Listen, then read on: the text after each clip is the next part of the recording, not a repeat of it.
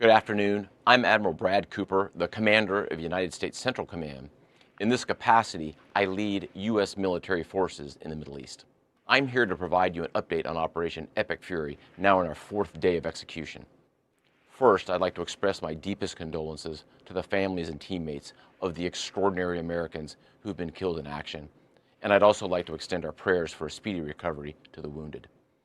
Yesterday, you heard from Secretary Hegseth and the Chairman of the Joint Chiefs.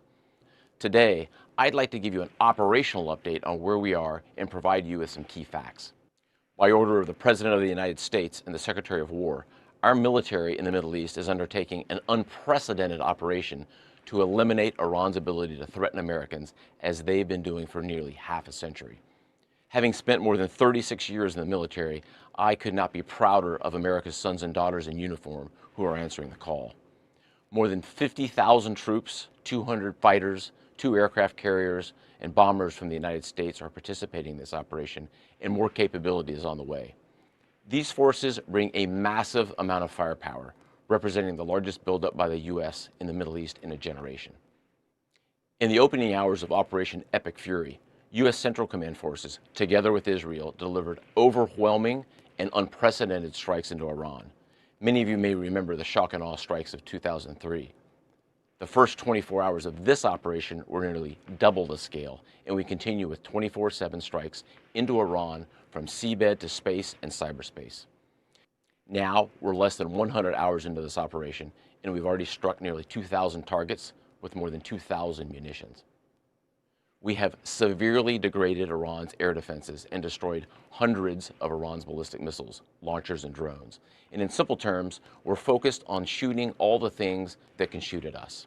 Our B-2 bombers and B-1 bombers have executed uncontested surgical strikes against multiple missile facilities deep inside Iran. And then just last night, a B-52 bomber force struck ballistic missile and command and control posts. We are also sinking the Iranian Navy, the entire Navy. Thus far, we've destroyed 17 Iranian ships, including the most operational Iranian submarine that now has a hole in its side. For decades, the Iranian regime has harassed international shipping. Today, there's not a single Iranian ship underway in the Arabian Gulf, Strait of Hormuz, or Gulf of Oman, and we will not stop.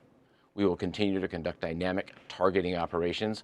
We're hunting Iran's last remaining mobile ballistic missile launchers to eliminate what I would characterize as their lingering launch capability.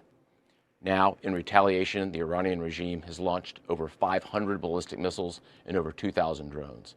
To be clear, Iran is indiscriminately targeting civilians as they launch these missiles and drones. You've seen it on TV. The evidence is crystal clear and overwhelming. Having said this, we are seeing Iran's ability to hit us and our partners is declining, while our combat power, on the other hand, is building. And my overall operational assessment is that we are ahead of our game plan. Along the way, every single branch of our military is achieving unprecedented success. I'll talk about just a few of them. Our naval forces have deployed multiple waves of cruise missiles, obliterating Iranian command and control and air defense capabilities.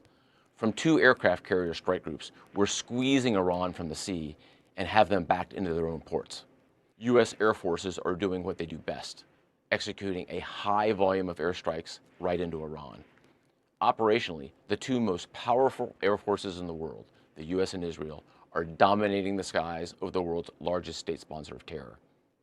Our U.S. Army soldiers are defending ourselves and our partners, and in a historic first, the U.S. Army fired long-range precision strike missiles called PRISMs in combat, providing an unrivaled deep strike capability.